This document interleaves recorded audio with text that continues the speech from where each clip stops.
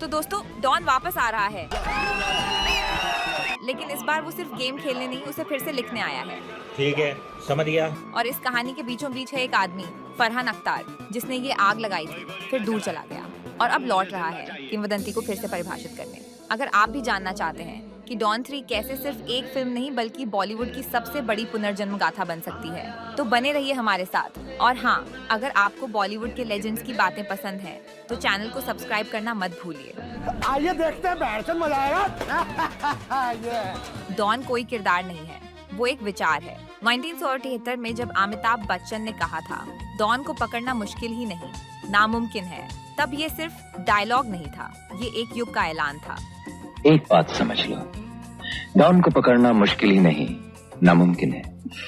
वो दौर था जब सिनेमा आम आदमी की ताकत बन रहा था और डॉन उस सपने का अंधेरा आईना था।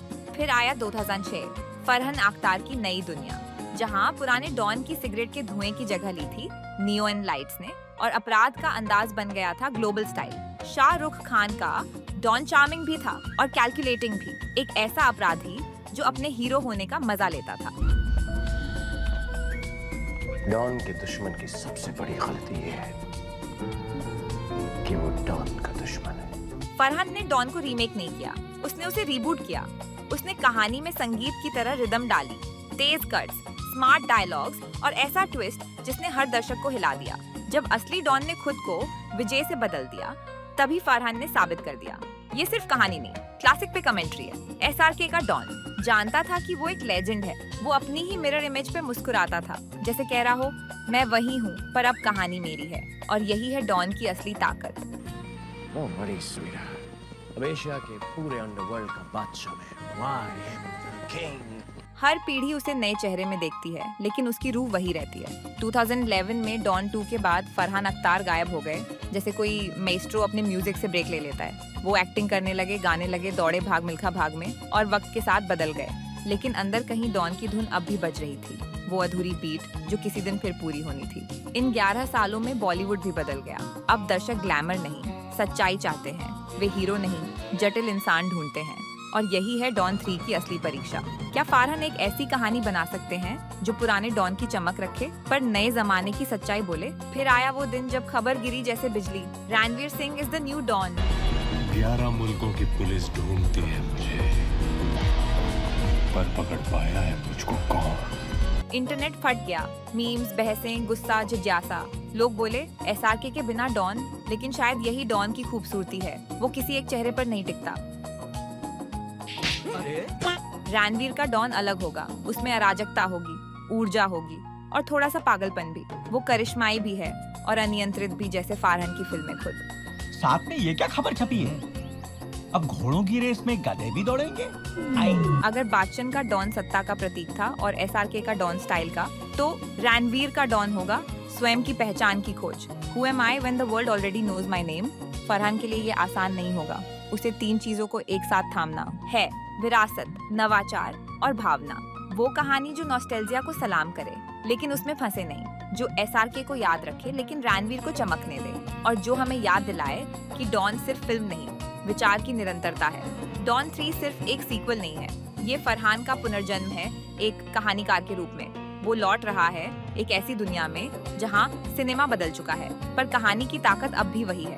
और अगर कोई इस लेजेंड को फिर से परिभाषित कर सकता है, तो वो फरहान ही है, क्योंकि डॉन का असली राज यही है। उसे पकड़ना नामुमकिन नहीं इसलिए है कि वो तेज भागता है, बल्कि इसलिए कि वो हर बार कोई नया रूप ले लेता है।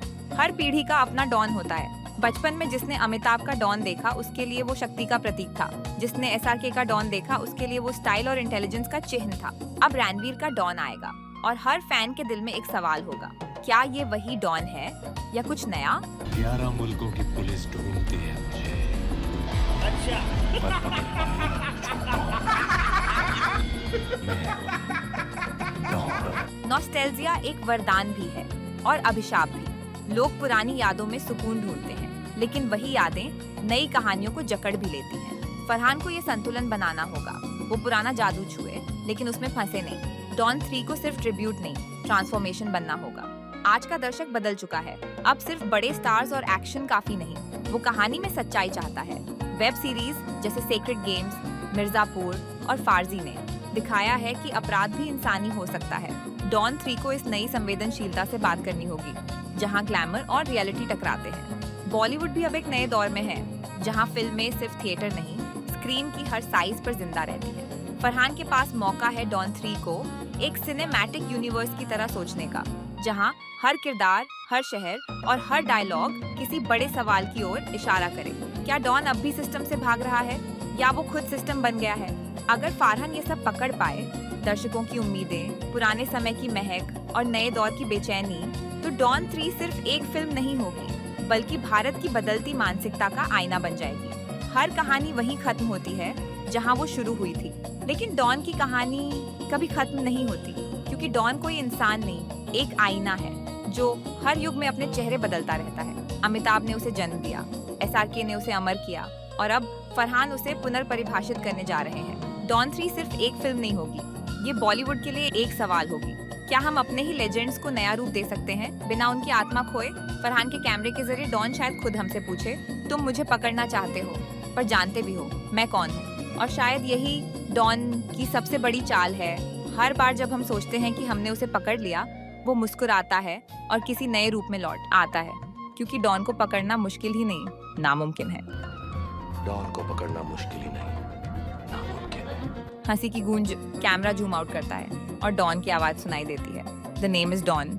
लेकिन कहानी अब भी चल रही है। अगर आपको ये सफर पसंद आया हो, अगर डॉन की ये नई परिभाषा आपको उतनी ही रहस्यमयी लगी जितनी हमें, तो वीडियो को लाइक करना मत भूलिए, दोस्तों के साथ शेयर कीजिए और चैनल को सब्सक्राइब कीजिए, क्योंकि कहानी अभी खत्म नहीं हुई है, अगला चैप्टर आने वाला है। तब तक के लिए स्टे लेजेंडरी दी, स्टे डॉन।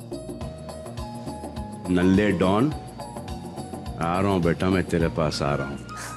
कसम खुदा की, तेरे को कुत्ता नहीं बना दिया ना।